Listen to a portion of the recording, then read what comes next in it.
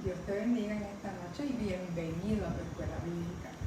Quiero en esta noche, antes de comenzar, para aprovechar mientras los hermanos se conectan, saludar primeramente a mis hermanos de la Iglesia Los Jóvenes Trompetas, a los pastores Ari y Virgen Maldonado, a los amigos y hermanos de otras congregaciones que nos están escuchando. Y no quisiera pasar por alto a unas hermanas muy amadas que me han dado sus comentarios, que me siento honrada de que se conecten a compartir este tiempo con nosotros, porque ellas también son maestras. De esas son las que yo tengo conocimiento. Si hay algún otro maestro que esté conectado, pues me lo deja saber. Quisiera darle un saludo muy especial por su señorita, a nuestra hermana Ruth Díaz, primeramente, nuestra hermana Milagros Miranda, que nos ve desde Caguas, nuestra hermana Melba Albarrán, que nos ve desde Utuado, nuestra hermana Romari Centeno, que nos ve desde Conérico, y mi maestra eterna, la hermana Delia, que nos ve desde New Jersey. Gracias por sus comentarios, por sus críticas y, como decimos en Castilla la Vieja, por su feedback. Y no puedo pasar por esto tampoco. Si voy a saludar a los maestros de afuera, pues a los maestros de la casa. Un saludo muy especial para nuestra hermana Silvia, nuestra hermana Lidia, maestras de niños, nuestra hermana Leslie, que aunque en estos momentos me está dando clase, también es maestra eterna. A los maestros de jóvenes, el hermano Félix Falú, que es maestro de jóvenes y de adultos también. A nuestro hermano Carlos Daniel Morales, saluda a mí, maestro de sustituto de jóvenes. A nuestro hermano Carlos Soto. Carlos, te amo, te extraño. A nuestra pastora, maestra, y a nuestro pastor también da clase. Y no solamente dan clase, hermano. Ellos se sientan a estudiar la palabra juntamente con nosotros, porque ellos han creído que nunca podemos decir que lo sabemos todo, que todos los días podemos aprender algo nuevo de la palabra. Y en esta noche yo me voy a portar bien y voy a leer del expositor el tema de la clase, el estudio bíblico número 16, y el tema es la recompensa de buscar a Dios. El pensamiento central dice: quien se vuelve a Dios sinceramente no será defraudado. El texto áureo que se encuentra en Amós 5:4. Pero así dice Jehová a la casa de Israel: buscadme y viviréis. Lo repito: buscadme y viviréis. Condición, recompensa. Muy importante que nos dejes tus preguntas y tus comentarios y también tus peticiones. Estaremos al final orando por las peticiones. La clase pasada no hubo dudas, así no hubo preguntas, así que yo creo que entendimos todo. Voy a dar eso por hecho, pero quisiera que incluyas tus peticiones porque queremos orar. Queremos orar por ti. Bueno, la palabra clave en esta noche es buscar. Las palabras clave de las lecciones pasadas, la 14 y la 15, fueron volver y convertir. Y nosotros dijimos que esas son las palabras que se usan en el Antiguo Testamento para referirse al arrepentimiento. Y hoy vamos a estar estudiando el libro del profeta Amós, y específicamente la porción que vamos a estar cubriendo, que es el capítulo 5, los versículos del 4 al 15. En mi Biblia tiene subtítulo de un llamado al arrepentimiento. Y ya sé que me van a decir otra vez la burra del peligro. Ustedes me van a perdonar lo redundante y lo repetitivo, pero es que lo redundante y lo repetitivo nos ayuda a hacer énfasis en las ideas que queremos transmitir. Y en la enseñanza la repetición es tan importante, porque la enseñanza no es solamente la asimilación de una idea, sino también el poder retener, y la retenemos a través de la memoria, y para memorizarla tenemos que repetirla. Y la enseñanza es un buen instrumento para el aprendizaje. Así que por tercera vez vamos a hablar de arrepentimiento. Y es que no hay otro mensaje. No hay otro mensaje, o sea, no hay otra cosa que podamos predicar. Yo quisiera predicar otra cosa, pero de tapa a tapa, de Génesis a Apocalipsis, lo que nos habla la Biblia es del deseo de Dios. ¿Y cuál es el deseo de Dios? Que ninguno se pierda, sino que todos procedan al arrepentimiento. Por eso Él no retarda su venida como muchos la tienen por tardanza, porque Él lo está alargando, porque su deseo es que el mundo todo se arrepienta. y alcance la vida eterna. ¿Cuál es el propósito de Dios? El propósito de Dios dice, porque de tal manera amó Dios al mundo, que ha dado a su Hijo unigénito, para que todo aquel, es el propósito, para que todo aquel que en él crea no se pierda, mas tenga vida eterna. Y tercero, no podemos predicar otra cosa más que el mensaje del Evangelio de salvación. ¿Y cuál es el mensaje de salvación? Arrepentidos y convertidos. Y quizá usted me dirá, Miriam, pero tú estás en el Antiguo Testamento. Y en el Antiguo Testamento lo que se habla es de juicio y de arrepentimiento. ¿Por qué tú no te vas al Nuevo Testamento? Que ahí vas a encontrar gracia por la correstina. Y yo pues vamos al Nuevo Testamento. Vamos al Nuevo Testamento, que empieza en Mateo, ¿verdad? Mateo 1, Mateo 2. ¿Y qué encontramos aquí? Alabado sea el Señor. Mateo 3, 1 y 2 dice, en aquellos días vino Juan el Bautista predicando en el desierto de Judea y diciendo, arrepentíos porque el reino de los cielos se ha acercado. Y tú dirás, pero eso fue Juan, que andaba en el desierto con pelo de camello y comiendo langosta. ¿Pero qué dijo Jesús? Mateo 4, 17 dice, desde entonces comenzó Jesús a predicar y a decir, arrepentíos porque el reino de los cielos se ha acercado. Y si piensas que eso era para Mateo, Marcos, Judas y Juan, aleluya, Mateo, Marcos, yo dije Judas, ¿verdad? Lucas y Juan, gloria al Señor. Pues entonces vámonos al libro de los Hechos. Vámonos al libro de los Hechos donde comienza la iglesia. Porque esto es de predicar, eso no es evangelio, ¿verdad? Perdóname porque no lo marqué. Pero nada. Hechos 2. El derramamiento del Espíritu Santo, el comienzo de la iglesia. Se levanta Pedro lleno del Espíritu Santo y le predica a aquellos judíos y les dice, ustedes han matado al dador de la vida, al que Dios hizo el Cristo, ustedes lo han matado. Y ellos dicen, ¿qué podemos hacer? Y Pedro le dice en el versículo 2:38, arrepentíos y bautícese cada uno de vosotros en el nombre de Jesucristo para perdón de los pecados y recibiréis el don del Espíritu Santo. Alabado sea el Señor. Gloria al nombre de Jesús. La única opción que ofreció Cristo para heredar el reino de los cielos fue arrepentidos y convertidos. Yo no puedo creer que el arrepentimiento tenga un facsímil razonable. La palabra que se usa para arrepentimiento en el libro de Amós es buscar. Y buscar quiere decir hacer, hacer lo necesario para hallar, conseguir o para que ocurra algo. Así que otra vez volvemos a lo mismo. Siempre es algo que tú tienes que hacer para obtener el favor, el perdón, la gracia, la misericordia de Dios, la recompensa de Dios, el cumplimiento de sus promesas. Porque hoy yo oigo tantas veces, he oído decir, tú no tienes que hacer nada, tú no tienes que hacer nada. Tú vienes así, tú no te muevas, que Cristo lo hizo todo. Y eso es cierto. Cristo lo hizo todo. Mira, Él dejó su trono de gloria. Se encarnó, tomó forma de siervo. Predicó el Evangelio, buenas nuevas de salvación. Él les reveló el Padre al hombre. Él discipuló a sus seguidores. Entregó su vida, con su sangre compró, pagó el precio por tu salvación. Después descendió hasta el Seol, trajo cautiva la cautividad, dio dones a los hombres, resucitó, está sentado a la diestra del Padre y desde ahí intercede por nosotros. Nos dio el Espíritu Santo y también para completar prometió que iba a volver. Todo eso lo hizo Jesucristo. Él hizo la parte que le correspondía dentro del plan de salvación. ¿Y tú? ¿Qué tú vas a hacer? ¿Qué tú vas a hacer con él? Tú no tienes que morir, eso es cierto. Tú no tienes que pagar el precio, eso es cierto. Pero un pacto es un contrato entre dos partes.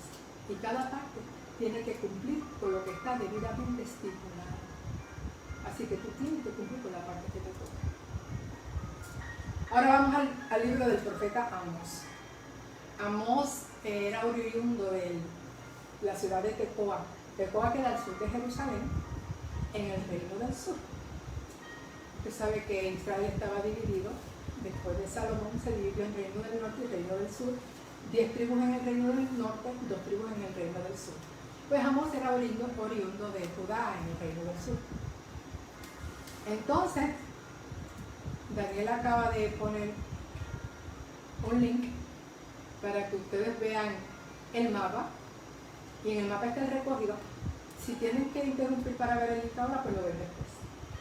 Alabado sea el nombre de Jesús. Para que vean el recorrido que hizo Amós desde Judá hasta Samaria, que era la capital del reino del norte. Él predicó durante el reinado de Jeroboam II en el reino del norte, mientras que en el sur estaba reinando Usías. Predicó por 2 años, aproximadamente unos 30 años antes de la invasión asiria en el reino del norte. Y usted me preguntará, ¿por qué Dios tuvo que mandar un profeta desde Tecoa hasta Samaria? No había profetas en el reino del norte. Claro que había, siempre hubo. Ahora, durante el reinado de Jeroboam no hubo. Pero le pregunto, ¿podía Dios levantar un profeta? Claro que podía levantarlo. ¿Por qué no lo hizo? Una de las cosas que se me ocurre pensar es que durante el reinado de Jeroboam, yo diría que fue el último gran reinado del reino del norte. Fue un reinado donde él reconquistó todo el territorio que habían perdido, el territorio que originalmente conquistó David. Ellos conquistaron a los asirios, a los que posteriormente les invadieron. Ellos reconquistaron ese territorio para Israel. Fue un periodo de gran prosperidad política, militar y económica, pero la condición religiosa del pueblo y por tanto la condición moral pues seguía en decadencia. La prosperidad trajo el enriquecimiento de una clase, y ustedes saben a lo que estamos refiriendo. Cuando los ricos se enriquecen demasiado, ¿qué pasa? Que los pobres empobrecen demasiado.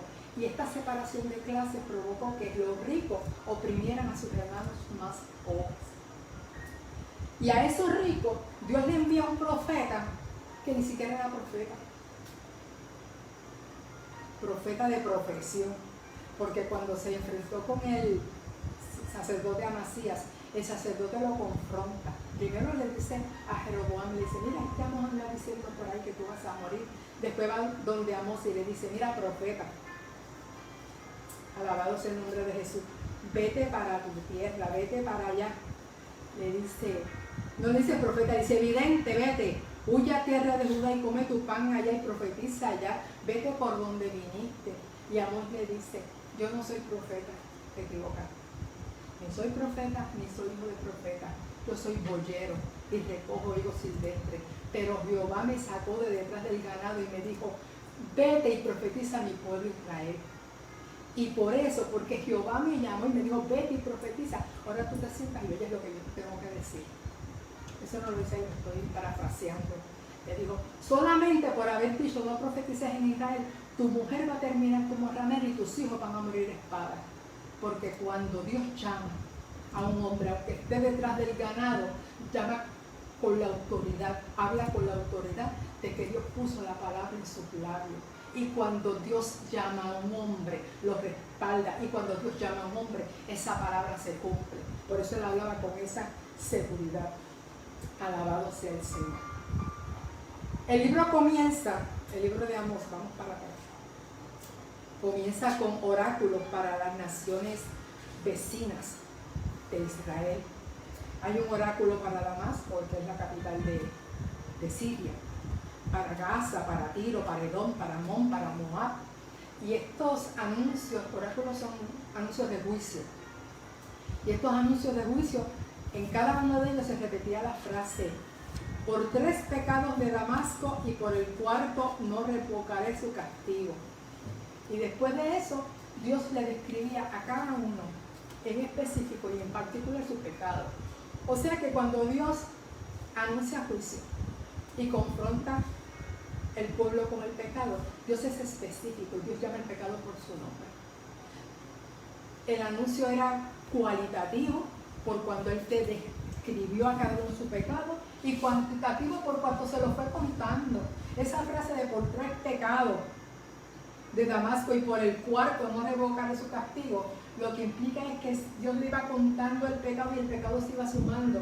Y si 3 eran mucho o suficiente, 4 eran demasiado. Ellos ya se habían pasado del límite que Dios tenía que detenerlos.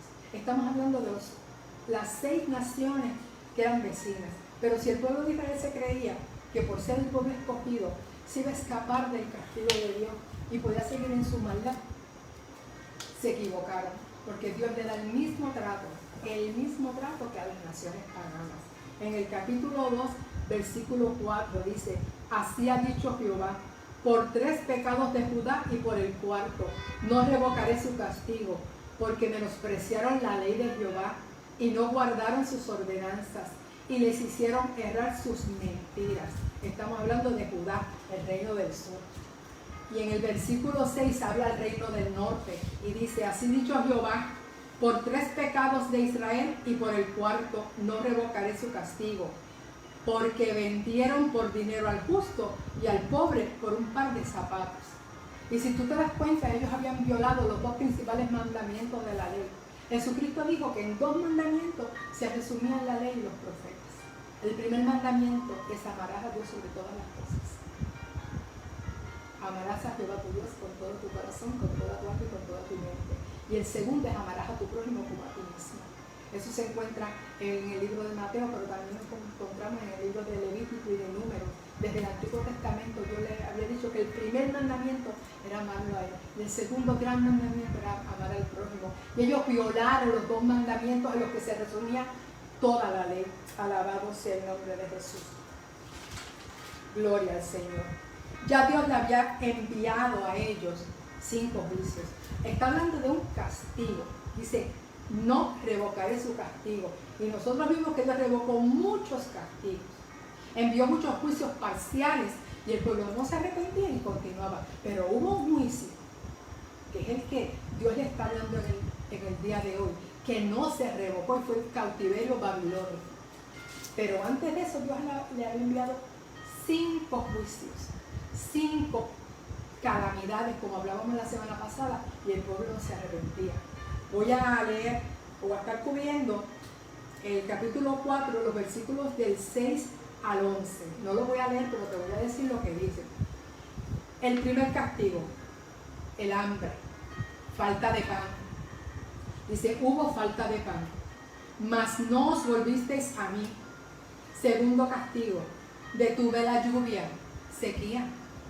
O sea, si tú te crees que la sequía no está en la voluntad de Dios, o sea, no está en control de Dios, que llueve cuando quiere y no llueve cuando no quiere, nos equivocamos. Cuando Dios quiere llueve y cuando Dios quiere no llueve. Y aquí hubo una sequía y dice que con todo no os volvisteis a mí, dice Jehová.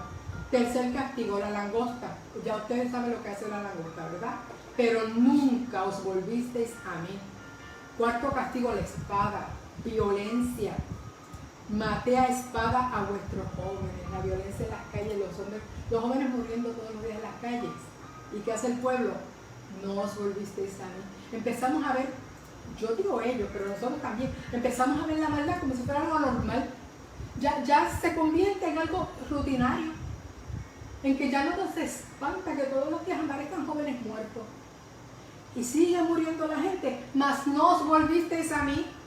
Os trastorné, trastorno, destrucción de todo tipo, mas no os volvisteis a mí. ¿Y qué tiene que hacer Dios con un pueblo duro de servicio? Y nosotros vemos a los israelitas y pensamos, primero a veces me da pena y digo, bendito, no sacaban el pie del plato. Jehová no le quitaba el puño de la cara, eso era una quita y otra puesta. Pero ¿qué hacían ellos? No se arrepentían, ellos no se daban por enterados. Ellos creían que estaban bien. En su mente ellos creían que estaban bien sirviéndole a Dios y sirviéndole a lo que no era Dios. Entonces, ¿qué tuvo que hacer Dios? Dios tuvo que llegar hasta aquí. Y el hasta aquí de Dios está en el versículo 12. Y le dice, prepárate. Dice, hasta aquí llegaste. Todos estos castigos fueron parciales, oportunidades de arrepentimiento. Nosotros no podemos ver en todas estas cosas negativas oportunidades para acercarnos a Dios. De las calamidades, juicios, adversidades, pruebas, llámale como tú quieras llamarle. Son oportunidades para escudriñar nuestros caminos y volvernos a Jehová. Y Dios le dice en el versículo 12, por tanto, de esta manera te haré a ti, oh Israel, y porque te he de hacer esto, prepárate, dice, te lo voy a hacer. Entonces ya está diciendo que él no se va a arrepentir, no se va a retractar de ese juicio, se lo voy a hacer. Prepárate para venir al encuentro con tu Dios, que te voy a llamar a cuentas, pero aún así, porque siempre el llamado al arrepentimiento comienza primero con una advertencia y con habíamos dicho, señalamiento del pecado. La advertencia, el señalamiento, la denuncia, la confrontación, y cada confrontación es una oportunidad para el arrepentimiento. Y comienza diciendo, el primer versículo de la clase de hoy, el versículo 4 del capítulo 5, pero así dice Jehová a la casa de Israel, buscadme y viviréis. Y no busquéis a Betel, ni entréis en Gilgal, ni paséis a Berseba, porque Gilgal será llevada en cautiverio y Betel será deshecha. Buscad a Jehová y viviréis, no sea que acometa como fuego a la casa de José y consuma sin haber en Betel quien lo apague. Israel no solo había olvidado la ley de Jehová, sino que creía que podían practicar el sincretismo religioso. Sincretismo no es otra cosa que la mezcla, la combinación de dos doctrinas: servirle a Dios y a la riqueza, servirle a Dios y a los ídolos. Habían levantado altares de ídolos y habían convertido en centros idolátricos a estas ciudades que te mencioné, que eran lugares sagrados para Dios. Betel fue el lugar donde Dios se le apareció a José, o Jacob, perdón. Y Betel quiere decir casa de Dios, puerta del cielo. Gilgal fue donde levantaron el primer campamento cuando llegaron a la tierra prometida. Gilgal fue donde celebraron la primera Pascua. Gilgal fue donde se circuncidó a los nacidos en el desierto. Berseba, que fue el lugar del encuentro entre Abraham y Melquisedec. O sea, eran lugares sagrados para la adoración a Dios. ¿Y qué hicieron ellos? Los convirtieron en centros de idolatría. Por eso el profeta Amós, cuando habla con el pueblo, se refiere a ellos, a estos sitios, en tono burlón, y les dice: id a Betel, vayan a Betel y prevaricad, aumentad en Gilgal la rebelión y traed de mañana vuestros sacrificios y vuestros diezmos cada 3 días. Que vayan a Betel a adorar, no hay problema, váyanse a adorar a Betel, allí, a ofrecer sacrificios a los ídolos, y después vengan y traigan las ofrendas y los diezmos. El 5 dice: y ofrecer sacrificio de alabanza. Estoy leyendo el 5 del capítulo 4. Y ofrecer sacrificio de alabanza. Si después vengan a alabar, ¿sí?, y a rendirle culto a Jehová con pan leudado. Y proclamar, publicar ofrendas voluntarias. Pues así lo queréis, hijos de Israel, dijo Jehová el Señor. Vemos un tono de burla y de sarcasmo en el profeta cuando le dice: vayan allá, si no hay problema, no hay problema. Vayan en pecado y después vengan y traigan sus ofrendas, como si el favor de Dios se pudiera comprar con ofrendas y con diezmos. Yo siento que ya cumplían con Dios con ofrendar. Bendito sea el Señor. Aleluya. Pero siempre vemos en el versículo 4 que siempre que hay un llamado al arrepentimiento, siempre va a haber una promesa de restauración. Y en este día la promesa es vida. Buscadme y viviréis. Según lo vimos en las clases anteriores, en el libro de Oseas, el llamado era volveos y la promesa era: sanaré su rebelión y los amaré de pura gracia. En el libro de Joel era: convertíos, y la promesa: Jehová perdonará, Jehová proveerá y Jehová libertará. Y en el día de hoy, en el libro de Amós: buscadme y viviréis.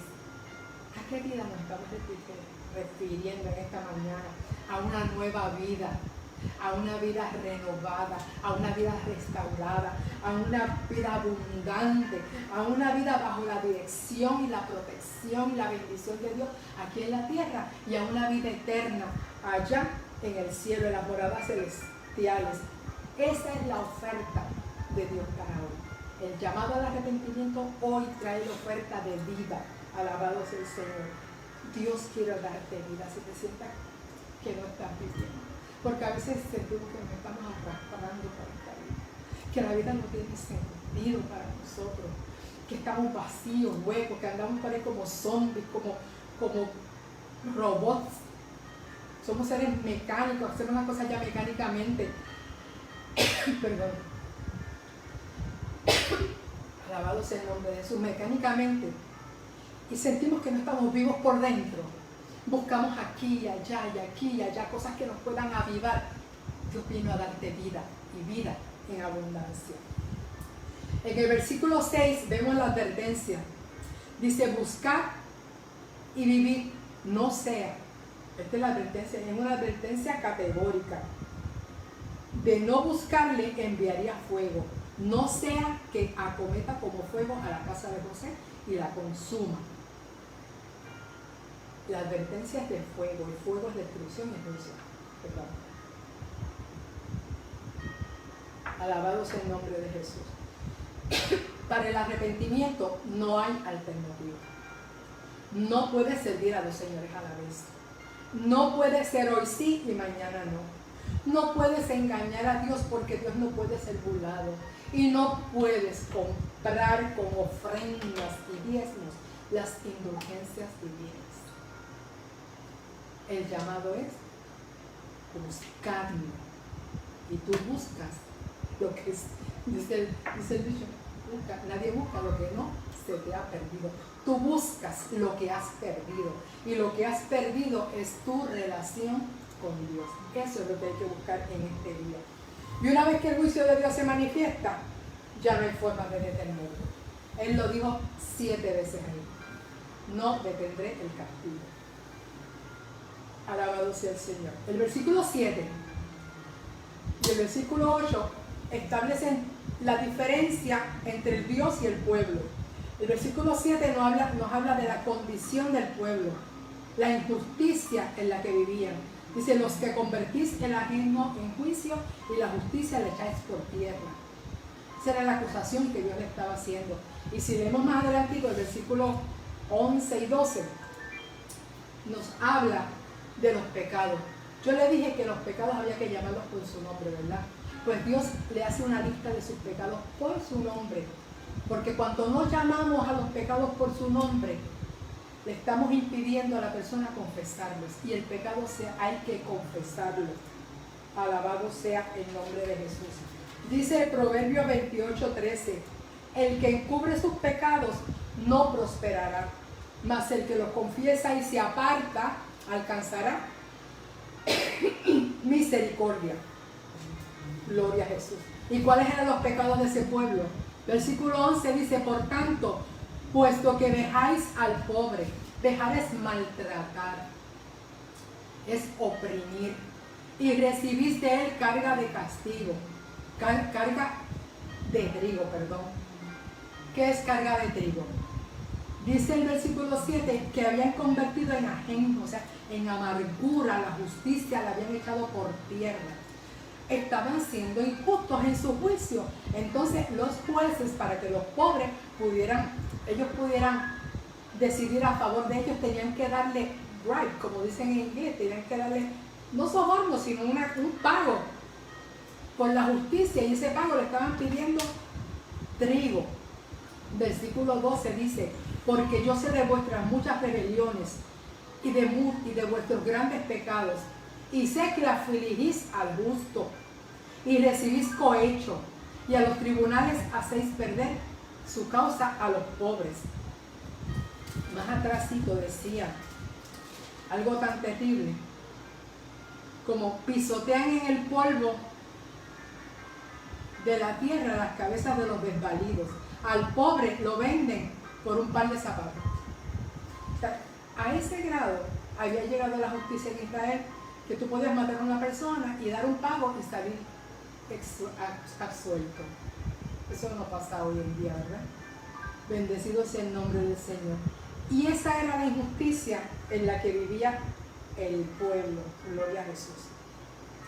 Y en contraste con esa injusticia, vemos en el versículo 8 la grandeza de Dios. Ese pueblo vivía esa vida disoluta porque no conocían a Dios. No tenían una convicción de quién era Dios. No lo conocían. Por eso Dios dice, Jehová es su nombre, al final del versículo 8.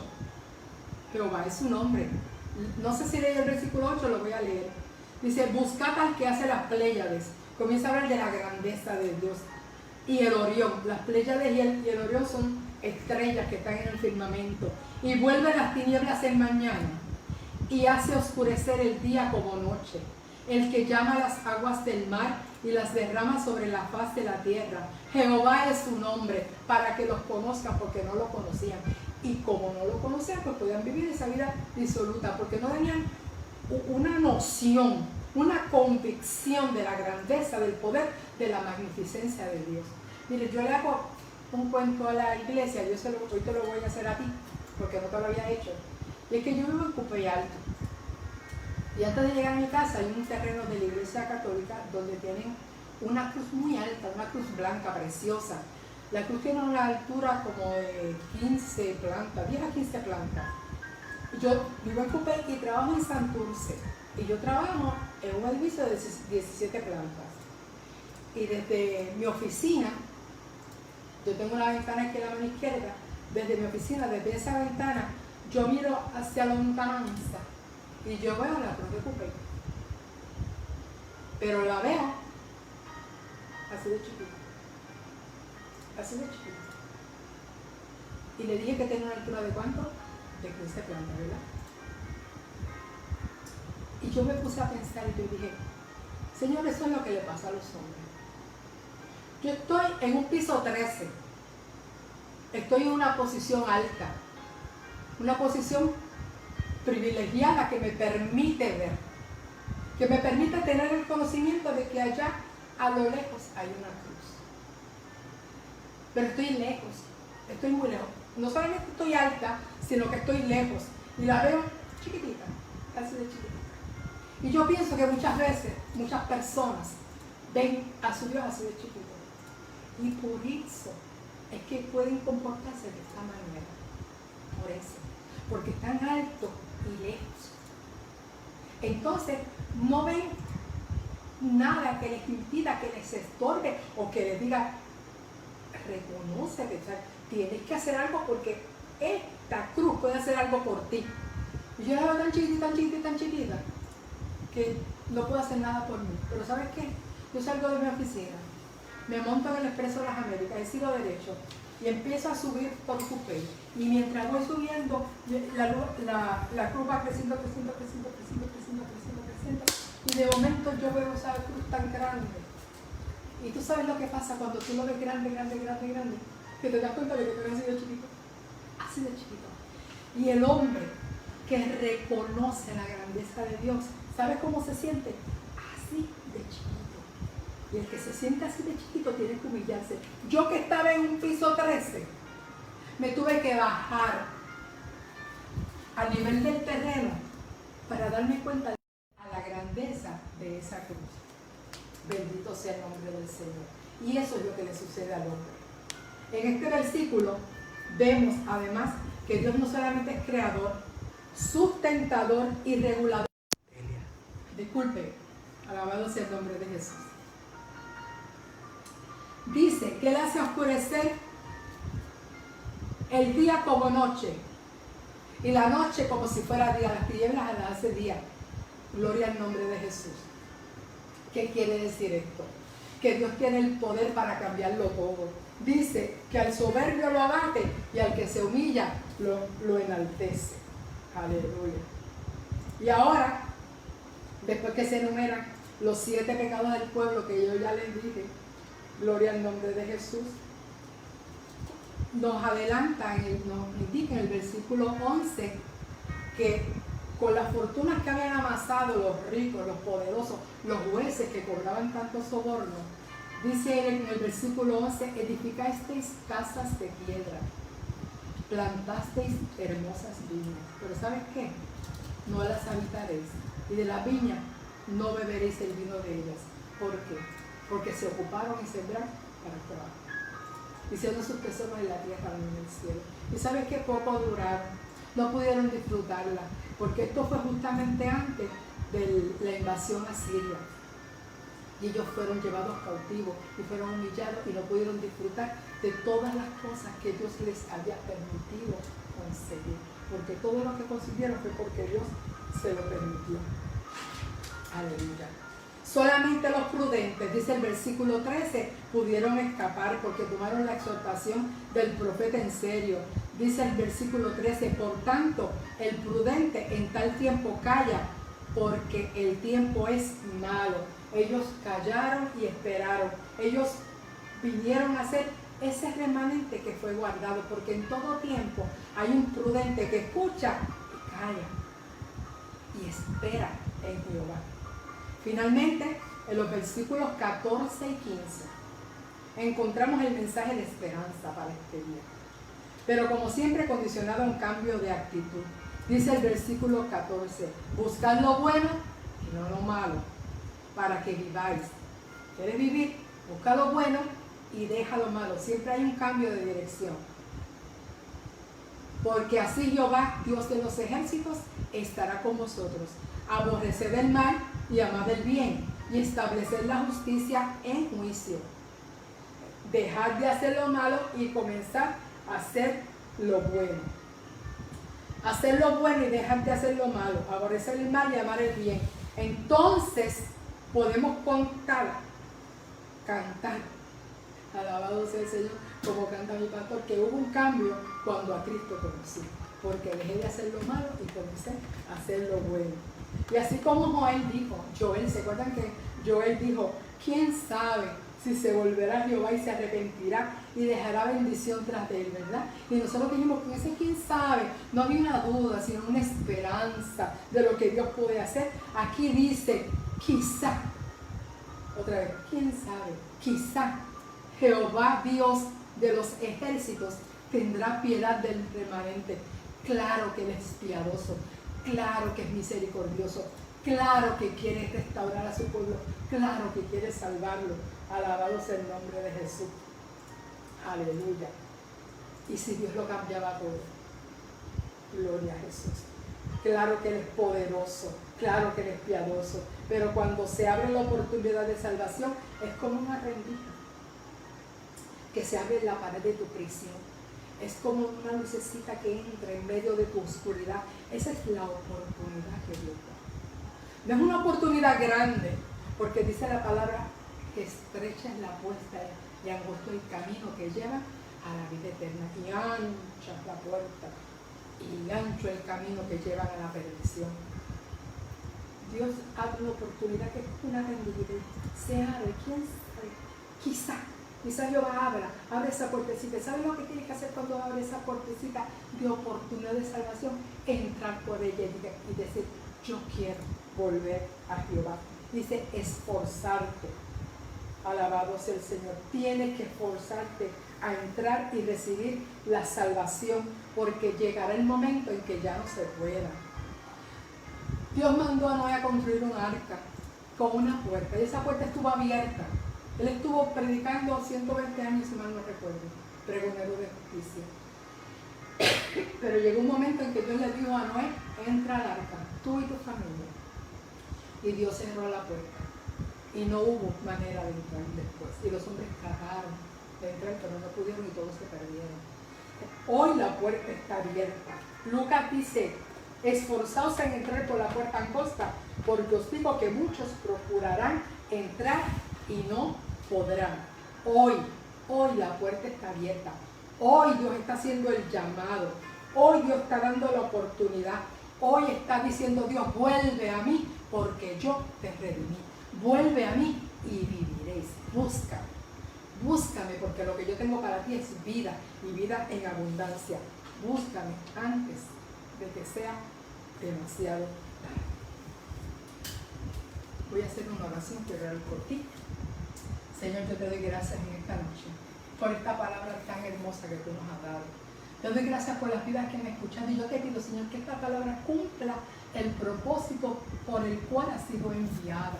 El propósito de restaurar, el propósito de levantar, el propósito de perdonar, el propósito de libertar, de traer conciencia de nuestra necesidad de Dios. Señor, tú lo hiciste con tu pueblo Israel. Tú lo hiciste con la iglesia primitiva, tú lo has hecho con nosotros y tú lo puedes hacer con todo aquel que te dé la oportunidad, que aproveche la oportunidad que tú le das para entrar por la puerta que lleva a la vida eterna. Gracias, Padre, en el nombre de Jesús. Amén. Dios te bendiga y te invito a que estés con nosotros el próximo viernes a las 7:30. Te prometo que nos vamos a hablar de el próximo viernes, que yo dije domingo, no, me están corrigiendo, tú perdóname. El próximo viernes a las 7:30, alabado sea el nombre de Jesús, y te prometo que no vamos a hablar de arrepentimiento, vamos a hablar de siembra y de cosecha. Así que nos vemos aquí el viernes, Dios te bendiga.